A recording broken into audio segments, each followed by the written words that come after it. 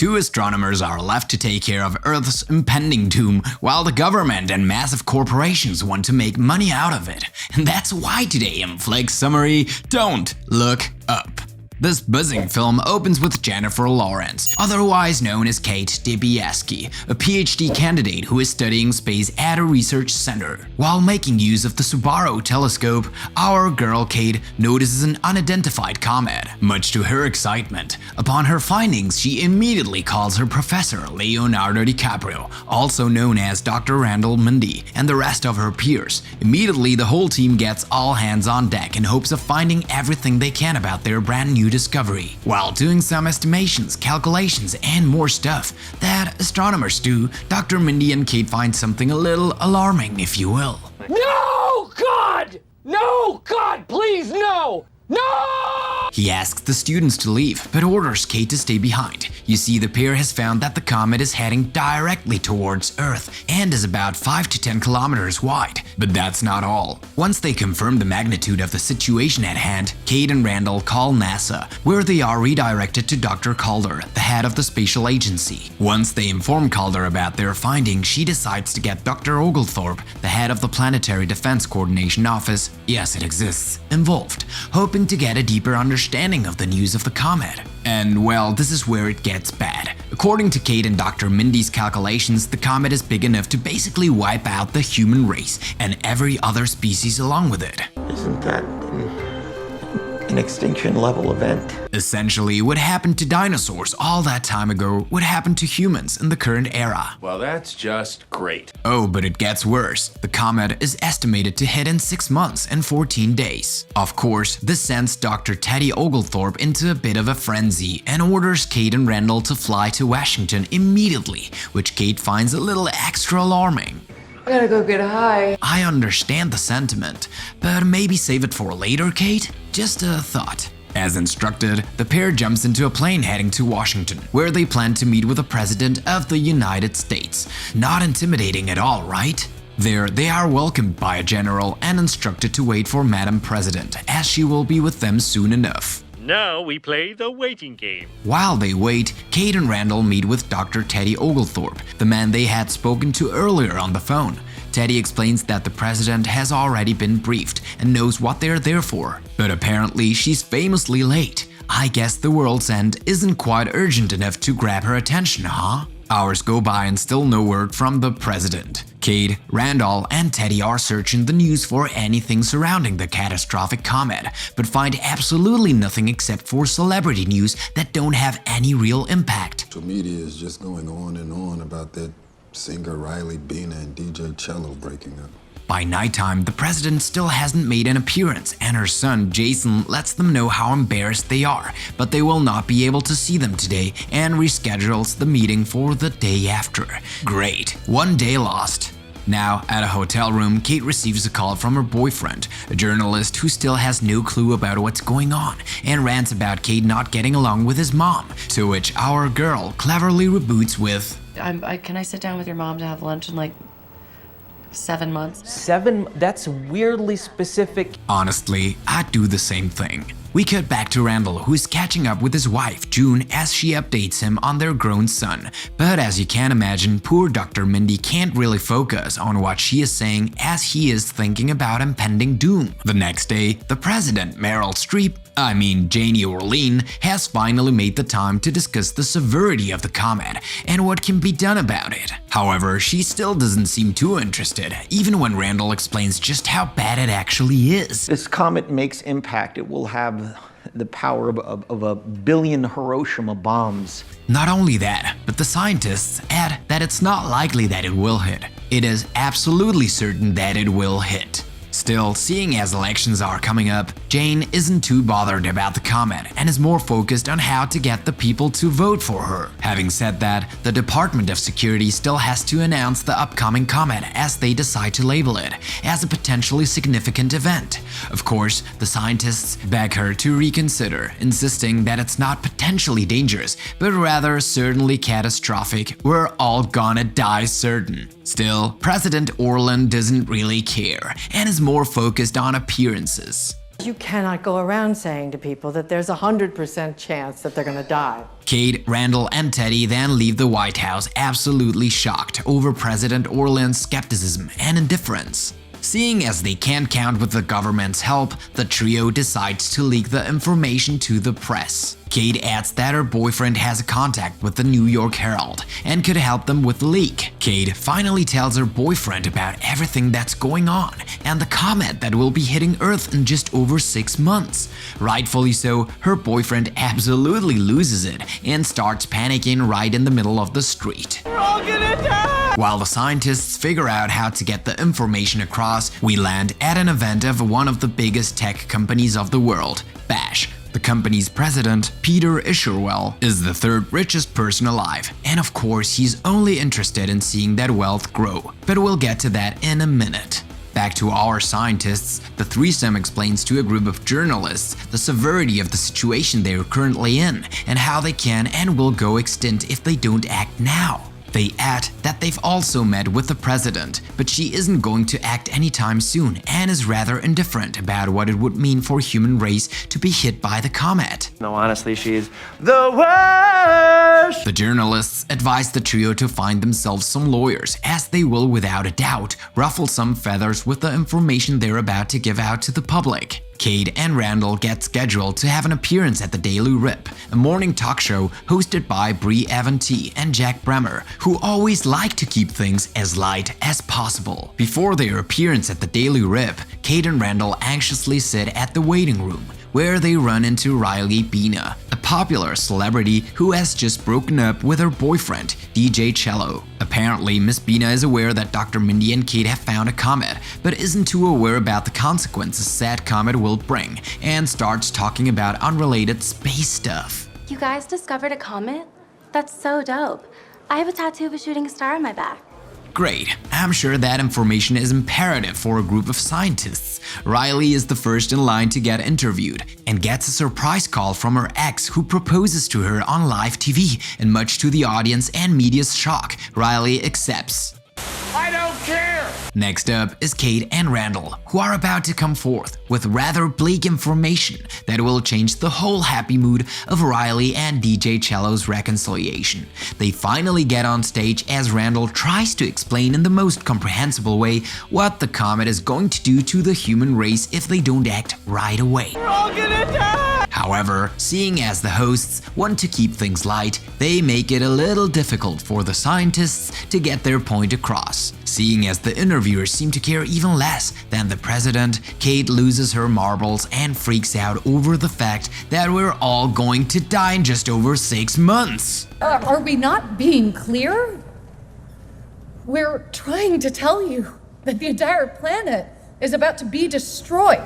You tell them, Kate. Unfortunately, Kate's meltdown completely backfires, and she has now turned into a laughingstock, a widely spread meme, and has completely deflected the attention of the comet onto herself. However, Dr. Randall seems to be getting generally favorable reviews, as people from all over the world seem to have developed a crush on the astronomer. As if that wasn't a bad enough rep for Kate, her now ex-boyfriend has released Hack Piece, where he exposes every little detail of his relationship with Kate, further humiliating the poor woman that is only trying to save the world. Some time goes by and Randall is still trying to learn as much as possible about the comet that will hit Earth. Unfortunately, he gets interrupted by June, who announces that he has visitors. The same thing happens to Kate and Teddy Oglethorpe. As it turns out, the visitors are FBI agents who have taken the group to the White House, where they meet with Madame President yet again. What do you want? Apparently, President Orlean has engulfed herself in a sex scandal and is hoping to deflect the unwanted attention onto the comet and the efforts they can do to try and stop it from hitting Earth. Randall celebrates, but Kate isn't too thrilled about the fact that the president is using them and the extinction level event to try and win the upcoming elections. Having said that, Kate is still relieved about the fact that they are finally going to do something about their impending doom. While families all over the United States are watching television, their shows get interrupted by an emergency broadcast from the president, who is only now announcing the comet that's about to hit Earth. Seeing as the American people apparently need a hero, President Orlean announces that Colonel Benedict Drask will be in the space shuttle that will stop the comet entirely. A mission that could be done remotely, but for the sake of marketing, has decided to put an extra life at stake. Why are you the way that you are? As media finally goes into a frenzy over the comet, Randall has gotten more and more used to media appearances and gets scheduled to all sorts of shows, movies, and interviews, even what looks to be Sesame Street. Hello, Sammy. Are you really a doctor? Well, sort of. Anyway, Brie Evanti, the Daily Rip's hostess, in case you forgot, finally makes a move on Randall as an affair between the two starts to unfold. Finally, the day of the lunch has arrived and the mission to save the world is about to take place. Much to everyone's relief, while the whole world is watching, Randall and President Orlean fill the world with hope as they plan to celebrate after the mission is over. The shuttle launches and everything is going according to plan. But remember Peter Isherwell, the man from Bash we would revisit later? Well, he is back and apparently needs to meet with President Orlean urgently and can't wait, not even a second. As everyone celebrates the mission's apparent success, their happiness is quickly turned to confusion when the shuttle appears to be turning back. Confused and concerned, they lock Teddy, Kate, and Randall in a room while they anxiously wait for an explanation. Jason, President Orlean's son, asks Randall to leave the room and meet with the other ones while Teddy and Kate are left to wait once again. While they wait, Dr. Teddy Oglethorpe and Kate have some end-of-the-world conversation as they retell crazy experiences they have had in the past. Crazy indeed. One time, I met Sting, and I swear to God, he farted right in front of me. We cut back to Randall, who is sitting at the meeting while Peter Isherwell and the president explain that they have decided to stop the mission in order to retrieve the minerals from the comet once it hits Earth. Flabbergasted, Randall explains that once the comet hits, there will be no humans to collect minerals. Again, Peter insists that there's multiple $1 trillion worth of materials they could extract that could reinstate the US's position as #1. Peter is now proposing a brand new mission. One where they send 30 little rockets to break apart the comet and extract the materials necessary to bring that wealth back to Earth. Once Randall leaves the meeting, he hurriedly collects Teddy and Kate to update them on the mission status. Randall retells Peter's entire plan, which once again sends Kate into a total meltdown as she screams that the government won't do anything to save them. Kate gets arrested and is ordered to remain off the public eye and avoid any comet-related talk if she wants to stay out of jail. Seeing as she doesn't have much longer to live, she decides to make the best out of the remainder of her life and stay out of prison. And that's when Kate returns to her parents' home to live a low-profile life. All the while, Dr. Mindy lets fame get to his head as he proclaims himself as the one who discovered the comet, depleting Kate of any credit whatsoever. You're all horrible! Sorry. I mean, you are horrible, but I shouldn't have said it so loud. However, things get a little complicated for Randall when his wife June catches her husband with Brie Evanti, forcing him to make a choice. Of course, he goes for Brie, the woman that has joined him in the trajectory of his fame and success, but not a single one of his struggles. Yup, we hate him now. Kate now works as a cashier at a supermarket, where she meets Yule, a boy that admires everything that Kate stands for. Seeing as she has nothing else to lose, she starts building a relationship with the boy. As this is happening, Randall starts coming to his senses and realizes he has to do everything in his power to stop Peter's mission and perform one that will actually save the planet. Unfortunately, Peter is quite adamant about extracting the minerals and completely humiliates Randall, telling him all sorts of things, including how his technology is able to predict the way he will die, which according to Peter is completely alone. President Orlean eventually asks about her dad too, to which Peter replies, "You're going to be eaten by a Bronterok. We don't know what it means." Neither do we, but we'll get back to that later. During another appearance at the Daily Rip, Randall takes the opportunity to damn everything to hell and start getting the people's attention back to the comet landing on Earth, and not on how much money they can make from it. Bree breaks up with him and he is forced to get off the grid, just like Kate had to. While Kate is hanging out with Jewel, she notices from afar something in the sky and realizes that it's the comet heading their way. She immediately calls Dr. Randall as they marvel at the sight of the very thing they've been warning everyone about. Doc, you can see it. I'm looking at it right now too. It's unbelievable. Randall and Kate get together and release a video where they encourage everyone to just look up at the sky and see what's right in front of them in hopes to set a mission together that will finally stop the comet.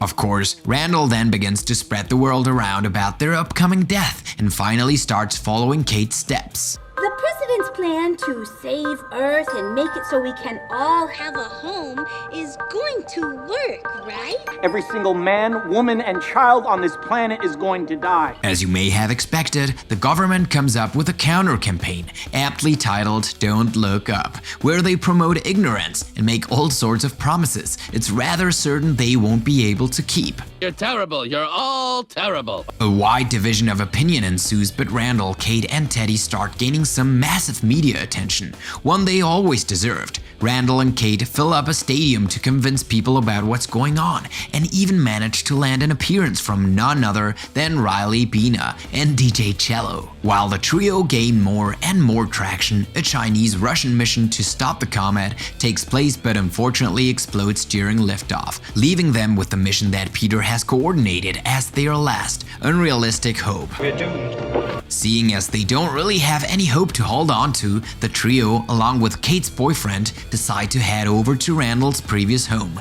where they hope to spend their last moments together. June forgives Randall and welcomes the rest of the gang home, where Jewel excitedly asks June if she's a gamer. I'm a Fire Puma 142 on Twitch. Do you game? They go on to buy groceries to make a last fancy dinner and relish their final moments. All the while, the president's and Peter's plan is about to take place, but as you may have guessed, it doesn't go according to plan. And yes, we're all doomed.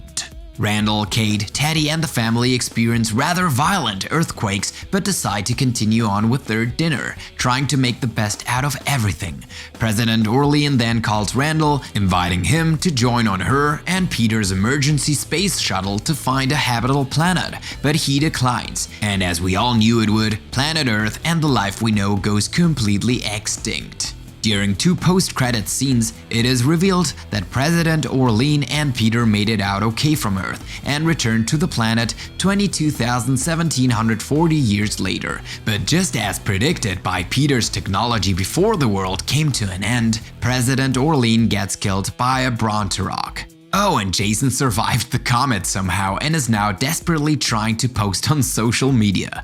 Bummer. And that, guys, is why you don't leave the planet in charge of people like Jeff Bezos or Elon Musk. Now tell me, what are your thoughts on this movie? Did you like it? Let me know in the comments below. And as always, don't forget to subscribe, like the video, and share it with your friends. See you next time!